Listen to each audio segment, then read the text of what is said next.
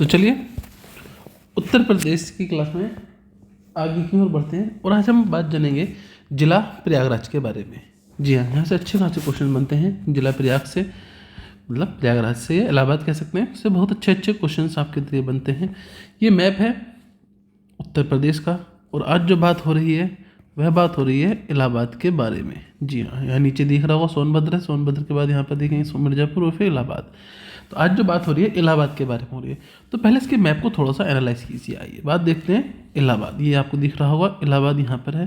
अब देखो इलाहाबाद से लगे हुए सटे हुए कितने जिले आपको दिख रहे हैं। तो सबसे पहले हम देखेंगे चित्रकूट दिख रहा है, कौशाम्बी दिख रहा है, बस समझ रहे ना, चित्रकूट दिख रहा है, प्रतापगढ़ भी दिख रहा होगा, इधर ये जौनपुर दिख रहा होगा, संत रविदास नगर दिख रहा होगा और मिर्ज़ापुर दिख रहा होगा। तो तीन एक तरफ से दिख रहे हैं, सही से देखें तो तीन एक तरफ से।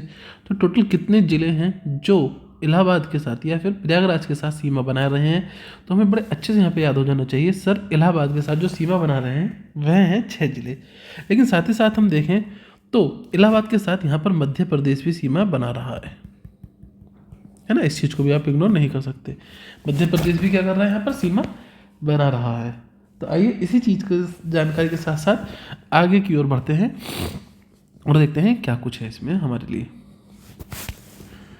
तो सबसे पहले बात होगी प्रयागराज के साथ 6 जिले सीमा बनाते हैं, याद रखेंगे। कितने जिले? प्रयागराज के साथ 6 जिले, 6 जिले सीमा बनाते हैं, सीमा बनाते हैं। अब बात होती है वह 6 जिले कौन कौन से हैं। तो ये भी आपको मालूम होना चाहिए बहुत अच्छे से। सब इसके साथ सीमा बनाता है कौशाम्बी। नंबर 2 पे रख लेते हैं, कौन बना रहा है? मिर्ज़ापुर भी है, मिर्ज़ापुर। नंबर 3 पर अगर हम बात करते हैं तो चित्रकूट को ले लेते हैं। मैंने क्रम से नहीं लिखा, क्रम से देख लेंगे जब पढ़ेंगे। नंबर 4 पर हम ले लेते हैं प्रतापगढ़, प्रतापगढ़। नंबर 5 पर हम लोग ले लेते हैं जौनपुर को और नंबर 6 पे हम ले लेते हैं संत रविदास नगर को, संत रविदास नगर को। तो ये 6 जिले हैं जो सीमा बना रहे हैं, ठीक है ना, क्लियर है। प्रयागराज के साथ 6 जिले सीमा बनाते हैं और एक आपका राज्य भी सीमा बनाता है, वो कौन सा है? एमपी। ये 3 चीज़ें हमें याद रहनी चाहिए। अब हम बात करते हैं इसके नाम की, इलाहाबाद के नाम की अगर हम बात करते हैं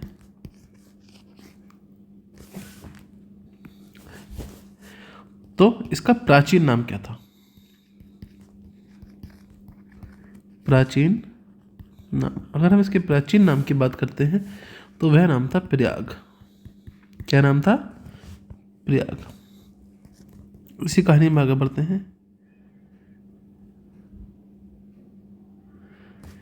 अकबर ने, समझना,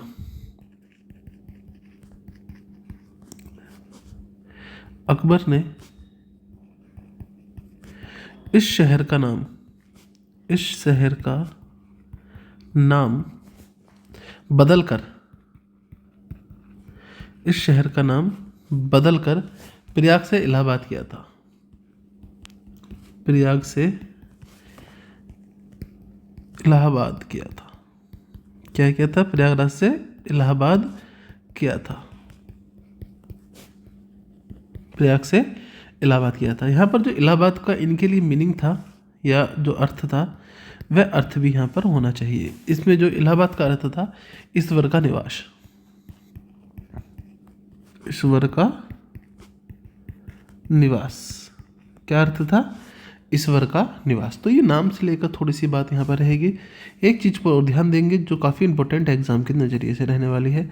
13 अक्टूबर 2018 एक इम्पोर्टेंट डेट है ये आपके लिए, प्रयागराज से संबंधित बात करते हैं तब।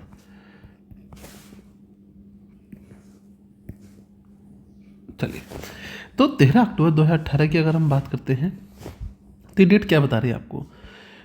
यहाँ पर नाम जो है, नाम वापस से प्रयागराज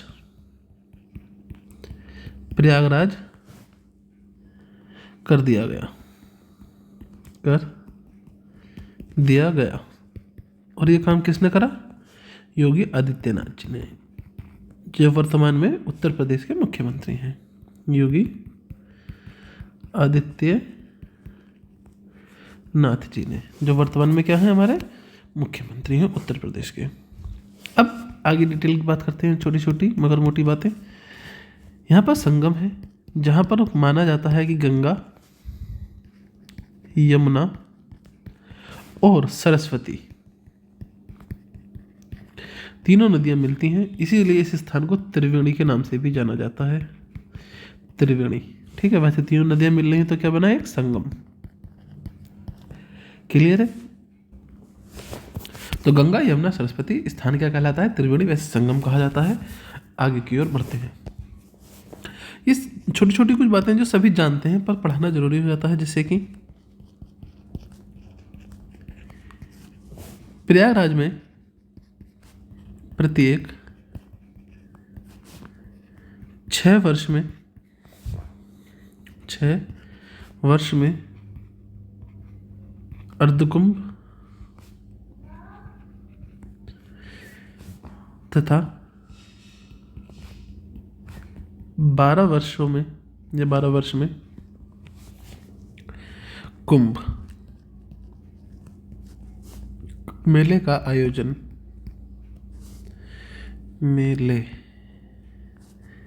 मेले का आयोजन गलत लिख दिया, चलिए, आयोजन किया जाता है।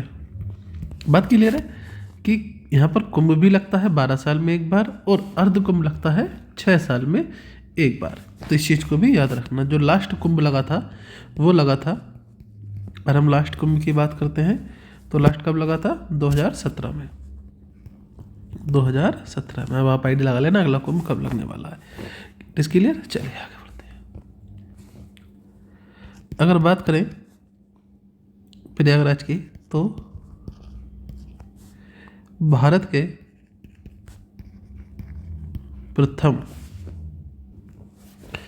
प्रथम पीएम अर्थात पहले प्रधानमंत्री पंडित जवाहरलाल नेहरू प्रयागराज के निवासी थे। कहाँ के निवासी थे? प्रयागराज के निवासी थे। तो ये बहुत बड़ी बात है, निवासी थे, याद रखना, ये बहुत बड़ी बात अपने आप में हो जाती है। अब एक चीज़ और, आप सबने कभी ना कभी 1857 का विद्रोह सुना होगा। तो 1857 की जो क्रांति थी, 1857 की क्रांति का विद्रोह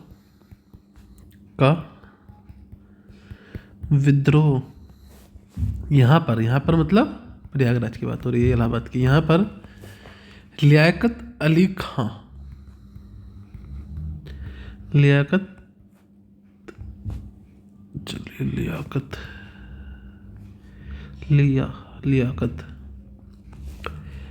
अली खां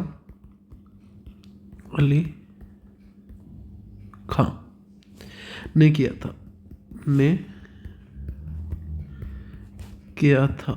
तो याद रहेगा, बड़ा आसान सा है, दोनों चीज़ें याद रहनी भी चाहिए।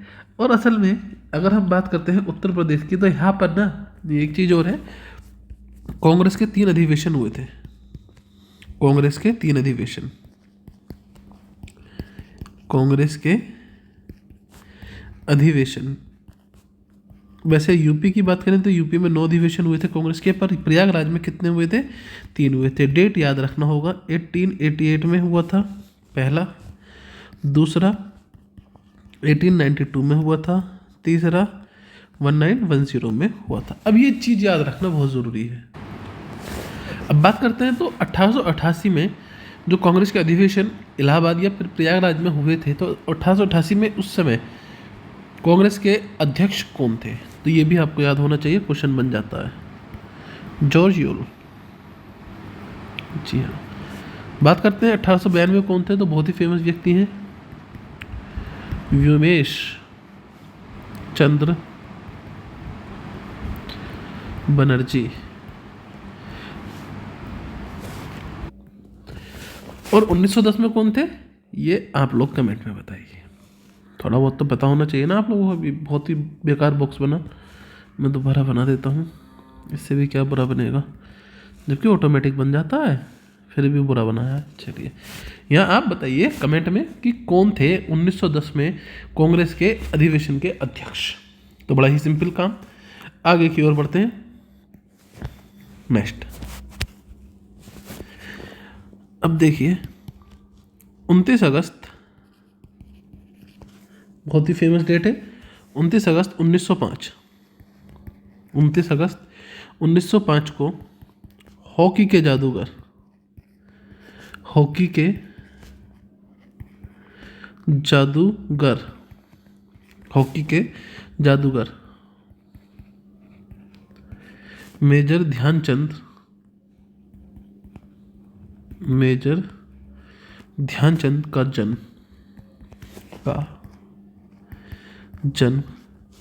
इलाहाबाद में हुआ था। इलाहाबाद में, जो प्रयागराज में हुआ था, बड़ा ही सिंपल है। चलिए नेक्स्ट बात करते हैं। एक और व्यक्ति हैं, काफ़ी फेमस है तो बहुत, पर मैं एग्ज़ाम के हिसाब से नॉर्मल बात करेंगे। संत कवि मलुक दास, संत कवि मलुक दास का संबंध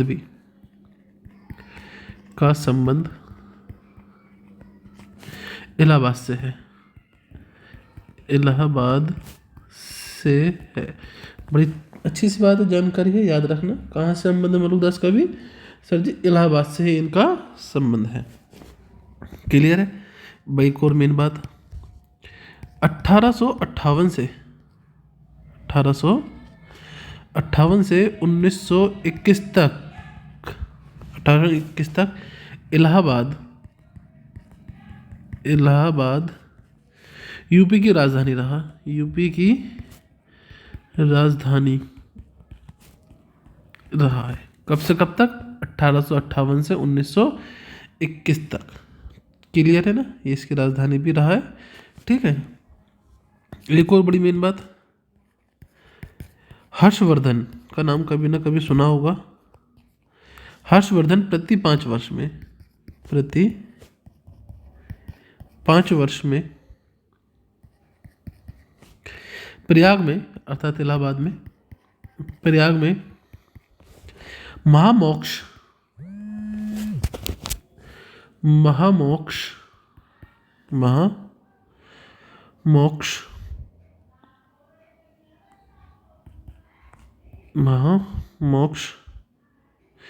परिषद का आयोजन करता था।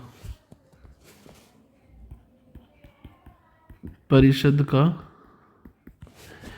आयोजन करता था। क्लियर है ये बात। चलिए, आयोजन करता था। क्लियर है। अच्छा, कुछ प्रसिद्ध स्थल भी रहे हैं यहाँ के, समझेंगे। इलाहाबाद की अगर हम बात करें तो कुछ प्रसिद्ध स्थल हैं जो एग्जाम में बन जाते हैं, तो काफ़ी प्रसिद्ध स्थल, तो उनमें से कुछ की बात कर लेते हैं। जैसे एक आपने कभी ना कभी सुना होगा इसके बारे में, अल्फ्रेड पार्क। नंबर 2, कभी ना कभी सुना होगा नवीन यमुना सेतु।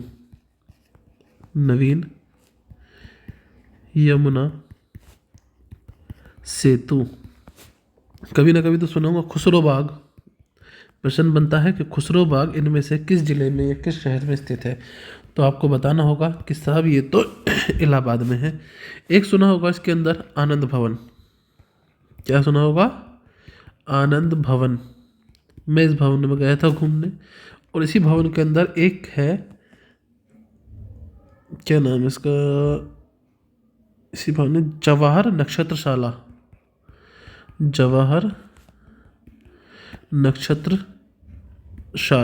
पर ये बंद था। मेरा नसीब खराब था, मैं नहीं देख पाया। इसे ही देखने मेन गया था, उसके चक्कर में आनंद भवन में भी मुझे घूमना पड़ा। मैंने चलो घूम ही लेते हैं। मेरी कोई रुचि नहीं थी आनंद भवन में, मेरी रुचि थी जवाहर नक्षत्रशाला में। खैर वो बंद था, उस दिन कोई टेक्निकल इशू था, मैं नहीं देख पाया। सीधी सी बात है, इलाहाबाद विश्वविद्यालय तो इलाहाबाद में होगा ही होगा, तो लिख देते हैं। चलिए, इलाहाबाद विश्वविद्यालय, ठीक है ना। ये मेन चीज़ें हैं जो वहाँ पर स्थित हैं। क्लियर है। छोटी सी और बात करें तो 19 नवंबर 1917 में इंदिरा गांधी का जन्म कहाँ हुआ है? इलाहाबाद में हुआ है। कहाँ हुआ है? इलाहाबाद में हुआ है, याद रख सकते हैं। 11 अक्टूबर, डेट याद मत रखना, चलेगा काम, पर याद रखना कि इनका जन्म वहाँ पर हुआ है। 1942 में। सदी के महानायक आप जानते ही होंगे, नाम सुना होगा, अमिताभ बच्चन। अमिताभ बच्चन का जन्म भी कहाँ हुआ है? इलाहाबाद में हुआ है। तो याद रखना, डेट याद मत रखना, इतना ज़रूरी नहीं है, पर एटलीस्ट ये याद रखना कि अमिताभ बच्चन का जन्म इलाहाबाद में हुआ, इंदिरा गांधी का जन्म इलाहाबाद में हुआ। ये थोड़ी सी मेन बातें हैं, इन्हें याद रखना आवश्यक है आपके लिए। आगे बढ़ते हैं बच्चों। अब देखिए कुछ ऐसे नाम जो डायरेक्ट पूछे जाते हैं। जीबी पंत सामाजिक विज्ञान अनुसंधान संस्थान। हम बात कर रहे हैं प्रयागराज में क्या है? प्रयागराज। अब मैं बार बार प्रयागराज नहीं लिखूंगा, ये समझ जाना, जो मैं लिखवाने जा रहा हूँ अब ये सब कुछ प्रयागराज के अंदर ही है। जैसे कि अगर हम बात करते हैं जीबी पंत सामाजिक, जीबी पंत सामाजिक विज्ञान अनुसंधान संस्थान कहाँ पर है? तो आप बताएंगे सर ये प्रयागराज में है। नेक्स्ट, हरिश्चंद्र अनुसंधान संस्थान पूछा जाएगा कहाँ है? तो आप बताएंगे प्रयागराज में है। जवाहर नक्षत्रशाला भी बात भी हो गई थी इसकी, दोबारा लिख लेते हैं, कोई बात नहीं है। कहाँ पर है? प्रयागराज में है, आनंद भवन के अंदर। अगला है नागरिक, आपसे पूछा जाए क्या? नागरिक उड्डयन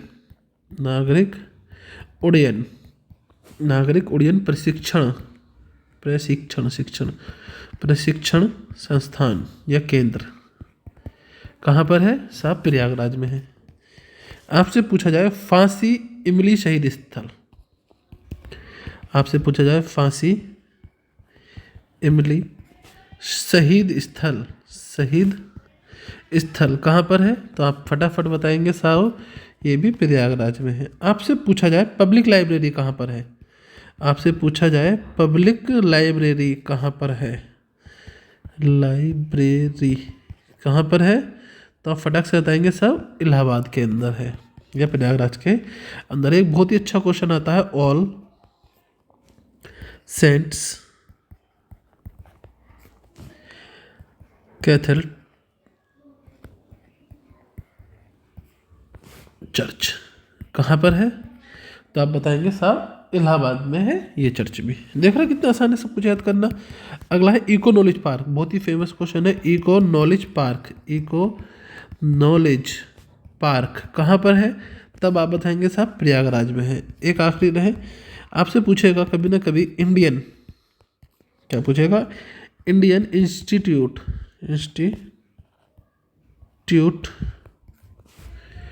ऑफ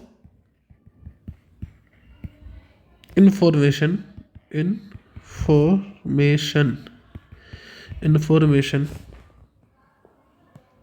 टेक्नोलॉजी कहाँ पर है? तो आप बताएंगे कि साहब प्रयागराज में है। तो आप बात समझ गए। एकदम से ये चीज़ों को पढ़ना है और याद करने की कोशिश करनी है आप लोगों को बहुत अच्छे तरीके से। जहाँ पर हमने प्रयागराज में जो मेन बातें हैं वो हमने ली हैं। लेने के लिए बात करें तो प्रयागराज की डिटेल बहुत ज़्यादा बड़ी भी हो सकती है, बड़े आराम से, ठीक है ना। लेकिन जो अक्सर एग्जाम में आती है उसी को हमने यहाँ पर लेने की कोशिश करी है नॉर्मल एग्जाम के पर्पज़ से।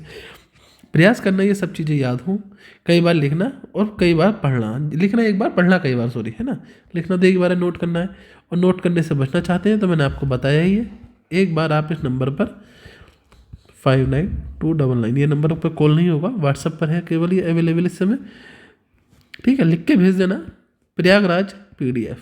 प्रयागराज PDF आपको PDF ये वाली जो मैंने बनाई है ये एज इट आपको मिल जाएगी। जैसे आप लिखने से बच जाएंगे, बस इतना है। कोशिश करें लिखें हर चीज़ को, लेकिन नहीं लिखना चाहते हैं, सिर्फ पढ़ना चाहते हैं बार बार, तो इसे आप केवल एक मैसेज करके प्राप्त कर सकते हैं। मुझे लिंक बना के उसमें डालना नहीं आता है, क्या कह देते हैं इसे, डिस्क्रिप्शन में, वरना मैं वहाँ डाल देता, पर I don't know how to do it. तो इसे आप फिलहाल याद कर लेना। मिलते हैं आपसे अगली क्लास में, तब तक के लिए बाय बाय। आपका दिन शुभ हो।